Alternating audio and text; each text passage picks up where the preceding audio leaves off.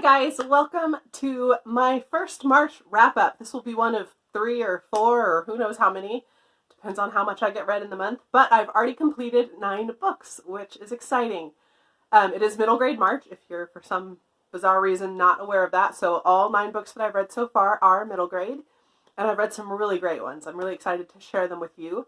So let's get started.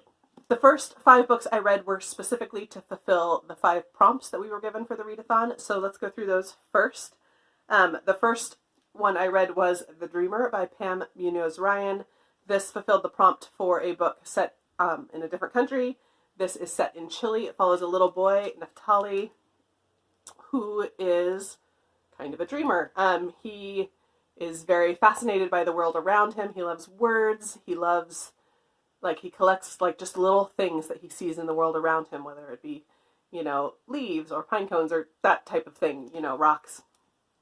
And he's just a little bit of a loner and just very kind of in his head. And his father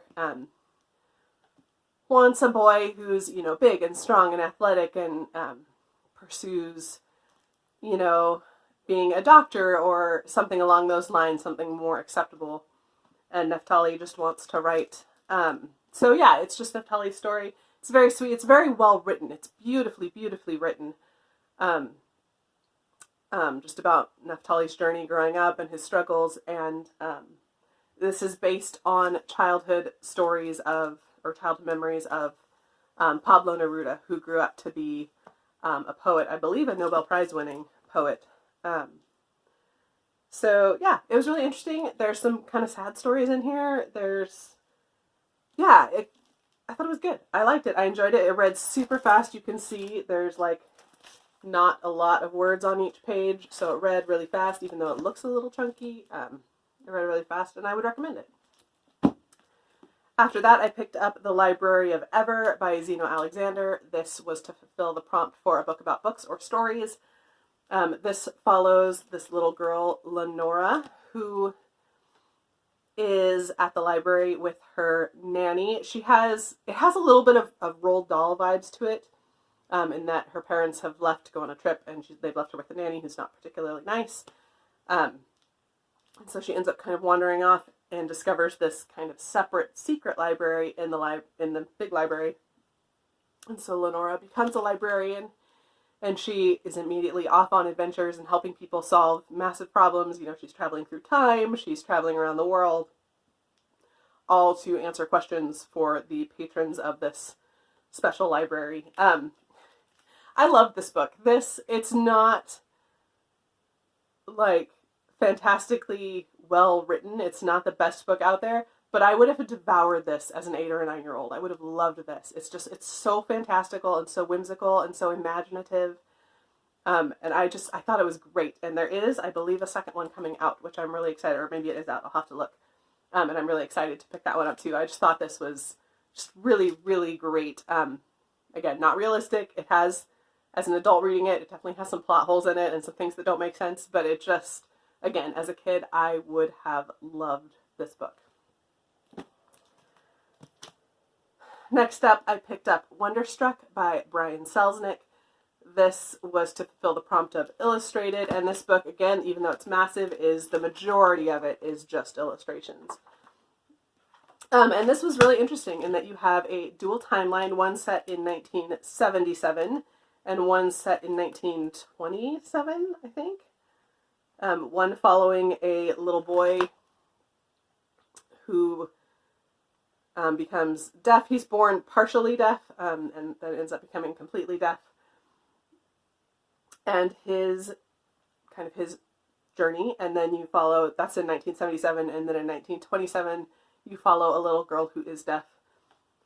And yeah, so you follow these dual timelines and these 2 characters, and their paths do eventually cross. And yeah, I thought it was really good. I like his illustrations. That's the main draw for me in these books, are his illustrations. I thought the story was good, but the main thing I enjoy about these is the incredible illustrations.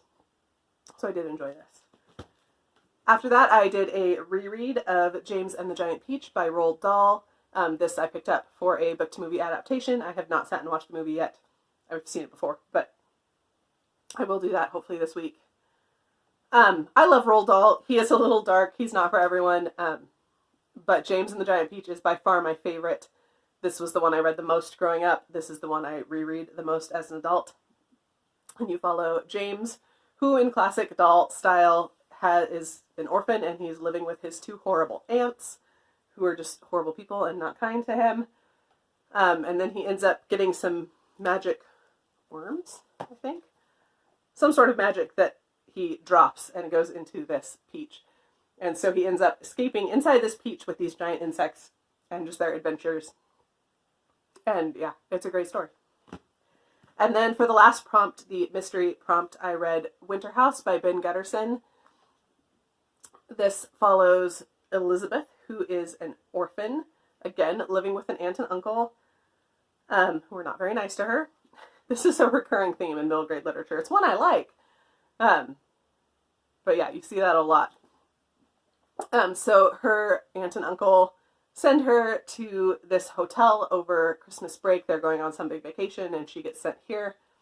And it's just an incredible place. She finds the owner of the hotel, and they become friends. She meets a friend, another boy about her age, and they become friends, and there's kind of some mysterious things happening. There's an incredible library with kind of some mysterious books, and there's all kinds of mysterious characters in the background. This was a great mystery. Unfortunately, right at the end, like the last 50 to 75 pages, it took a turn that I did not like very much. It kind of, I don't want to give away too much, but it kind of took a little bit of a paranormal twist, and that I didn't like. I would have preferred it had it just stayed just a straight up mystery. I thought it would have been better. But still a good read. I will still read the next one in the series. And yeah, this is great if you enjoy like puzzles and ciphers and piecing together clues. This is a great book for that. And if you just love great locations, Winterhouse is definitely a place I would love to visit if I could. All right, so that took care of the 5 prompts. Next, I decided to pick up Sweep, The Story of a Girl and Her Monster by Jonathan Auxier. I picked this one up because it is so raved about. This was the group read last year, and everyone loves this book. I've had it on my shelf for a little bit now. I've had it on my radar for much longer.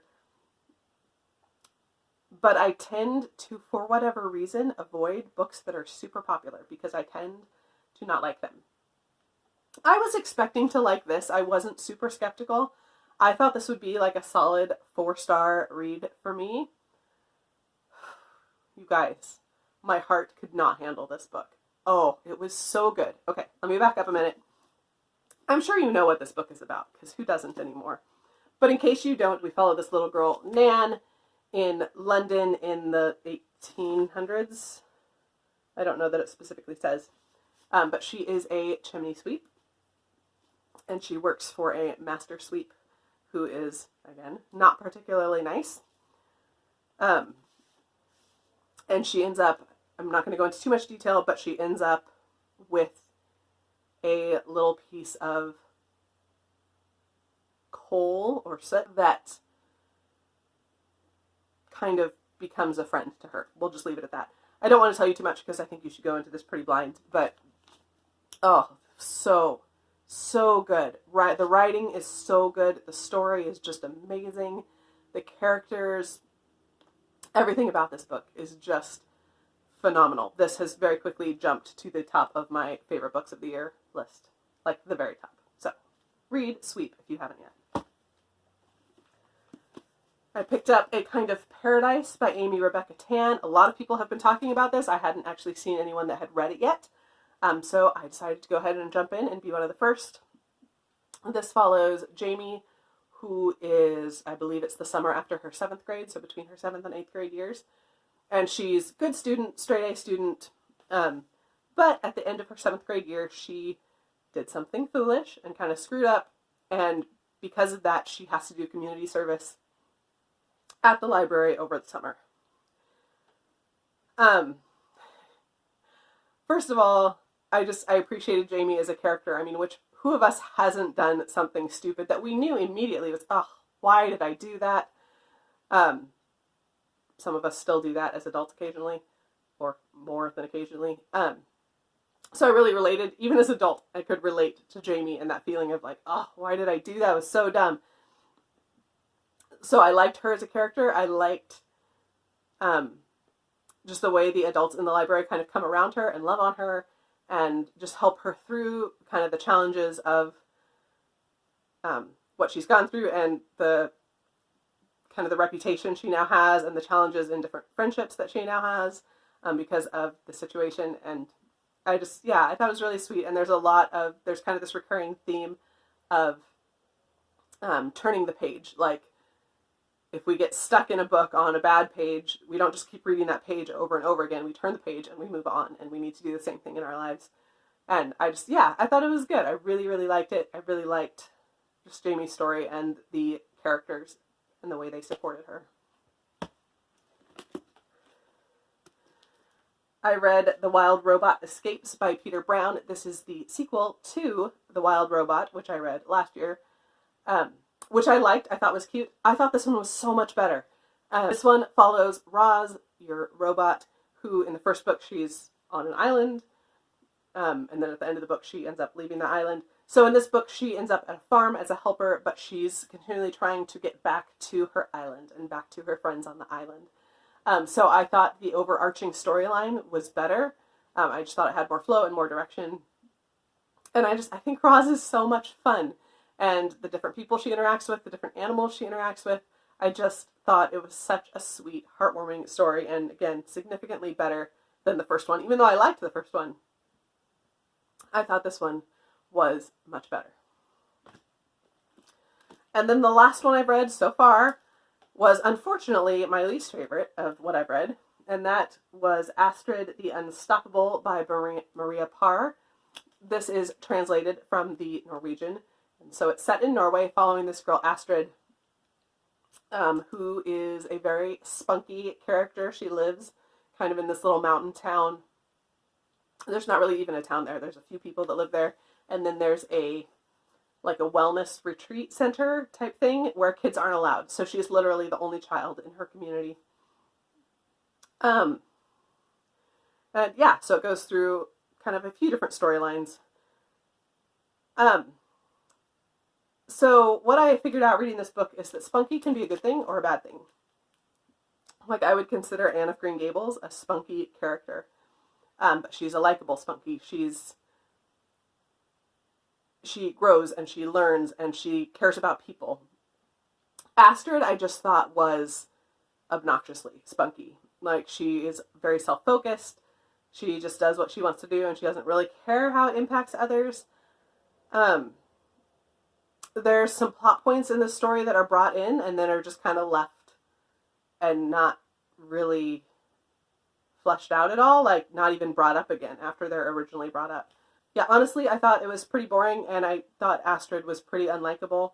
And there's a few things in here, again, I don't want to give spoilers, but there's a few situations in here that really frustrated me and bothered me, where she does things that are just kind of awful. And all the adults are like, it's not a big deal. It's fine. She's fine. And she's not fine. Like, these things need to be dealt with. She can't just be let to do whatever she wants. I don't know. I know some people really like this book. I even have a friend, like a real life friend that I know loves this book. And it was not for me. I didn't like it. It has a great cover. I liked the setting of Norway. I thought that was really fascinating. But overall, I did not like the book. So that is it. Those are the first 5 books I have read in middle grade March. I have already started 2 others, and I am just loving reading all the middle grade. You can see I have a lot more behind me still. There's some right here too. There's some up here, and even the shelf above this actually has some up there too. So still lots and lots and lots to get through. And yeah, I'll be checking in with you again in a few days with another wrap up. Thanks for watching.